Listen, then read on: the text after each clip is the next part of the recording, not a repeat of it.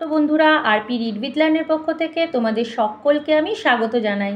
আজকে আমি ক্লাস 2 এর ছাত্রছাত্রীদের আমার বই দ্বিতীয় ভাগের অন্যখানে সুকলতারাও অর্থাৎ পেজ নাম্বার 102-এ যে কবিতাটি রয়েছে সেটা পড়াবো, যেটা হাতে কলমেটাও আলোচনা করব। আর অতীত পাখি অর্থাৎ সরলদের লেখা অতীত পাখি কবিতাটাও পড়াবো, এবং এটার যে হাতে কলমে এই কবিতাটার যে হাতে কলমে আছে অর্থাৎ 123 নম্বর পেজ, সেটাও কিন্তু পড়ে আমি তোমাদের বোঝাবো। তো চলো তাহলে দেরি না করে আমরা পড়া শুরু করে দিই। দেখো, প্রথমে একটা যে আমরা অন্যখানে যে কবিতাটা পড়বো সেই কবিতাটা দেখো, যে ছবিটা দেখতে পাচ্ছ সেটা কিন্তু একটা হাটের ছবি, যেখানে কিন্তু বিভিন্ন রকম জিনিস কেনা বেচা হচ্ছে। তো কি কেনা বেচা হচ্ছে, হাটে কীরকম কি কেনা বেচা হয়, সেটা আমরা এই কবিতাটার মাধ্যমে পড়ে জানবো। তো চলো দেখি, আমরা পড়া শুরু করি। অন্যখানে, কার লেখা? সুখলতা রাও। তাহলে অন্যখানে কবিতাটি যদি কার লেখা জিজ্ঞেস করা হয় তাহলে তোমরা বলবে সুখলতা রাওয়ের লেখা। এবার কবিতাটা পড়া আমরা শুরু করি, চলো। হাটে গোলমাল, বেচে কেনে মাল, কত লোকজন, কত মন মন, চাল ডাল নুন, ঢেঁড়স বেগুন, তরকারি শিম, মাছ আলু ডিম, ধামা ভরা আম, পেঁপে কলা জাম, হাঁড়ি হাঁড়ি খাসা, গুড়ের বাতাসা, ওই কার ছেলে স্কুল ফেলে, পড়ার বেলায় পায়রা ওড়ায়।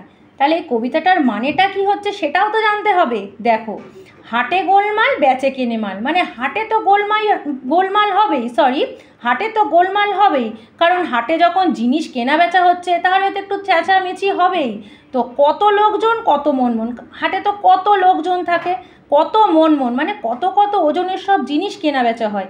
কি কি জিনিস কেনা বেচা হয়? যেমন চাল ডাল নুন, এগুলো কেনা বেচা হয়। ঢেঁড়স বেগুন শিম আলু বিভিন্ন সবজি কেনা বেচা হয়। মাছ ডিম এগুলোও কেনা বেচা হয়। আর ধামা ভরা আম পেঁপে কলা জাম, মানে ঝুড়ি ভর্তি ভর্তি আম পেঁপে কলা জাম এই ফলগুলো কিন্তু কেনা বেচা হয়। এছাড়া কি কেনা বেচা হয়? হাঁড়ি হাঁড়ি খাসা, গুড়ের বাতাসা, মানে হাঁড়ি হাঁড়ি ভর্তি ভর্তি গুড়ের বাতাসা, ভালো খেতে, যেগুলো খুবই ভালো চমৎকার খেতে, সেই গুড়ের বাতাসাও বিক্রি করা হয়। আর কি? ওই কার ছেলে স্কুল ফেলে, সেই হাটেই কার ছেলে যেন স্কুল ফেলে, মানে স্কুলে না গিয়ে পড়ার বেলায়, মানে না পড়েও পায়রা ওড়ায়, মানে পায়রা ওড়াচ্ছে। ঠিক আছে, ছবিতে তোমরা দেখতে পাচ্ছ। ঠিক আছে, এবার দেখো আমি তোমাদের হাতে কলমেটা কি প্রশ্ন উত্তর আছে সেই আলোচনাটাও করব। 1 নম্বরে আছে পাঠ্য কবিতা অনুসারে নিচের তালিকা পূরণ করি। তো এখানে কি কি জানতে চাইছে দেখো, যে যে জিনিস হাটে বিক্রি হচ্ছে, তাহলে হাটে কি কি বিক্রি হচ্ছে সেটার একটা তালিকা আমরা কিন্তু বানাবো অর্থাৎ লিখব। দেখো, সবজির নাম, হাটে কি কি সবজি বিক্রি হচ্ছিল? ঢেঁড়স বেগুন আলু শিম। দেখো, ঢেঁড়স বেগুন শিম আলু তোমরা দেখতেই পাচ্ছ। এছাড়া দেখো ফলের নাম, কি কি ফল বিক্রি হচ্ছিল হাটে? পেঁপে কলা জাম আম। তাহলে পেঁপেটা হয়তো সবজির মধ্যেও ধরা যেতে পারে, কিন্তু সেটা কিন্তু ফলও হয়। তাই পেঁপে, পাকা পেঁপে তো পাকা ফল, পাকা পেঁপে তো ফলই। তো পেঁপে কলা আম আর জাম হাটে বিক্রি হচ্ছে। মুদিখানায় পাওয়া যায় এমন জিনিস, হাটের মুদিখানায় কি কি পাওয়া যায়? সাধারণত চাল ডাল নুন, তাই তো, আর কি? আর গুড়ের বাতাসা। এছাড়াও অন্যান্য জিনিস, মানে এছাড়া আর কি কি পাওয়া যায়? এছাড়া মাছ ডিম, দেখো এছাড়া মাছ ডিম, তো হ্যাঁ হাটে তো মাছ ডিম পাওয়া যাবেই, তাই তো। এবার আমরা চলে আসছি শব্দার্থ। শব্দার্থে দেখো প্রথমে লেখা আছে গোলমাল, গোলমাল মানে হইচই। খাসা, খাসা মানে চমৎকার। বেচে, বেচে মানে বিক্রি করে। মন, মন মানে ওজনের পরিমাপক, ওজনের যে পরিমাপ সেটাকেই কিন্তু মন বলা হয়, 1 মন 2 মন এইভাবে। ধামা, ধামা মানে বেতের তৈরি বড় পাত্র, অর্থাৎ বেতের যে বড় ঝুড়িগুলো হয়, বেতের তৈরি বড় পাত্র। তো আশা করি তোমরা আজকের এই অন্যখানে কবিতাটা বুঝতে পেরেছো। ঠিক আছে, আর এই হাতে কলমেটাও তোমরা অবশ্যই হয়তো বুঝতে পেরেছো। তোমরা খাতায় কিন্তু কবিতা এবং এই হাতে কলমেটা খুব ভালো করে প্র্যাকটিস করো। হ্যাঁ, আর শব্দ অর্থগুলো মুখস্থ করে লেখো, লিখতেই হবে, কারণ এটা তোমাদের দ্বিতীয় পর্বের জন্য খুবই গুরুত্বপূর্ণ।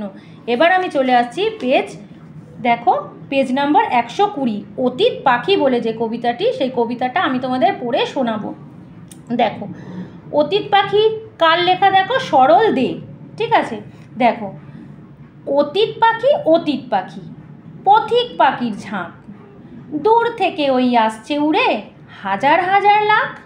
তাহলে অতীত পাখি প্রতীক পাখির ঝাঁক বলতে কি বোঝায়? অতীত পাখি বলতে এখানে অতীত পাখি বা পর্যায়ী পাখিদের বোঝানো হয়, যে পাখিরা বাইরে থেকে অর্থাৎ শীতের দেশ থেকে আমাদের এই ভারতবর্ষে উড়ে উড়ে আসছে তাদেরকে বলা হয় অতীত পাখি, অর্থাৎ তাদের পথিক পাখিও বলা হয়। দূর থেকে ওই আসছে উড়ে হাজার হাজার লাখ, শুধু একটা দুটো পাখি নয়, হাজার হাজার লাখ পাখিরা উড়ে উড়ে আসছে, হাজার হাজার মাইল দূর থেকে উড়ে উড়ে আসছে। ঠিক আছে, হারায় না পথ অতীত পাখি, এ পথ তাদের চেনা নাকি? তাহলে মনে হতেই পারে তারা কি পথ হারায় না, তারা কি পথ হারিয়ে ফেলতে পারে না, কারণ তারা তো অনেক দূর থেকে আসছে, তারা কেন পথ হারায় না? তাদের কি এই পথটা চেনা, তাই এ পথ তাদের চেনা নাকি? হ্যাঁ, এই পথটা তাদের চেনা। কি করে দেখো, আসছে রে মেঘ ফুঁড়ে ফুঁড়ে ঘুরে পথের বাঁক, মানে বিভিন্ন পথ বেঁকে ঘুরে মেঘ ফুঁড়ে ফুঁড়ে তারা আমাদের ভারতবর্ষে অর্থাৎ আমাদের দেশে তারা উড়ে উড়ে আসছে। এবার দেখো, আয় রে তোরা অতীত পাখি, আয় রে তোরা আয়, হরেক পাখির খুশির মেলা রঙের ছোঁয়া পায়। তাহলে কি বলা হচ্ছে? আয় রে অতীত পাখি, মানে অতীত পাখি তোরা আয়, এখানে হরেক রঙের মেলা হবে। কেন হবে? কারণ এই নানান রকমের পাখিরা কিন্তু এখানে উড়ে উড়ে আসছে, তাই আয় রে তোরা অতীত পাখি, আয় রে তোরা আয়, হরেক পাখির খুশির মেলা রঙের ছোঁয়া পায়। নানান রঙের পাখিরা মিলে এখানে কিন্তু সব মেলা বসবে। শীতের কটা দিনের তরে অতীত পাখি জলায় চড়ে। তাহলে তারা তো মানে অনেকটাই শীত থাকে, তাই তারা শীতের দেশ থেকে উড়ে আমাদের দেশে আসে, কারণ আমাদের দেশে সেই শীতের দেশের তুলনায় কিন্তু যে ঠান্ডা ভাবটা সেটা কম থাকে, তাই আমাদের দেশে এসে তারা বিভিন্ন জলা, খাল, বিল, নদী এই বিভিন্ন জায়গার ধারে ধারে ঘুরে বেড়ায় বা জলায় চড়ে বেড়ায়। ঠিক আছে, এই নদী খাল বিলে তারা ঘুরে বেড়ায়। শীতের শেষে হিমের দেশে আবার ফিরে যায়। কিন্তু যখনই এই শীতটা আমাদের দেশে শেষ হয়ে যায়, সেই শীতটা যখন শেষ হয়ে গরমটা পড়তে শুরু করে, তখন কিন্তু তারা ধীরে ধীরে আবার নিজেদের দেশেই ফিরে যায়, অর্থাৎ নিজেদের যে ঠান্ডার দেশ সেই দেশে কিন্তু তারা ফিরে যায়। ঠিক আছে, বোঝা গেল? এবার দেখো শব্দার্থ, আমরা এবার শব্দার্থ পড়ব। অতীত পাখি বলতে কি বোঝায়? হ্যাঁ, অতীত পাখি বলতে অতিথি পাখি, যারা আমাদের দেশে থাকে না, সাধারণত আমাদের দেশে একদম নির্দিষ্টভাবে সম্পূর্ণটা থাকে না, তারা কিন্তু বাইরে থেকে আমাদের দেশে আসে, অর্থাৎ একদম ঠান্ডা দেশ থেকে আমাদের দেশে আসে। ঝাঁক মানে দল, বাঁক মানে মোড়, আর তরে মানে জন্য। দেখো, তরে মানে জন্য, আর চড়ে মানে বিচরণ করে, হিম মানে বরফ। এবার আমরা চলে যাচ্ছি হাতে কলমে। হাতে কলমে বলতে যে অতীত পাখির যে হাতে কলমের প্রশ্ন উত্তর সেটার আলোচনা করব, পেজ নাম্বার 123। দেখো, এখানে বলা হয়েছে, আসলে বইটা একটু মানে এইভাবেই ছাপানো রাখা ছিল, তাই এইভাবেই ভাঁজ পড়ে গেছে। তো দেখো, তোমাদের একটু অসুবিধা হবে, তাও আমি একটু চেষ্টা করছি তোমাদের ভালো করে বোঝানোর। অতীত পাখি কবিতায় কবি হলেন, অর্থাৎ অতীত পাখি কবিতার কবিকে কে লিখেছেন? কবি সরল দে, অর্থাৎ অতীত পাখি কবিতাটি কিন্তু সরল দের লেখা। অতীত পাখি বলতে কোন পাখিদের বোঝানো হয়? অতীত পাখি বলতে পরিযায়ী পাখিদের বোঝানো হয়, যারা বাইরের দেশ থেকে আমাদের দেশে আসে, অর্থাৎ ঘুরতে আসে, কিছু দিনের জন্য ঘুরতে আসে, তাদের পরিযায়ী পাখি, অর্থাৎ পরিযায়ী পাখিদের বলা হয়। কিভাবে অতীত পাখি আমাদের দেশে আসে? হাজার হাজার মাইল দূর থেকে আমাদের দেশে আকাশের মাধ্যমে আকাশে উড়ে উড়ে আমাদের দেশে আসে, মানে হাজার হাজার মাইল দূর থেকে অতীত পাখিরা আমাদের দেশে আসে।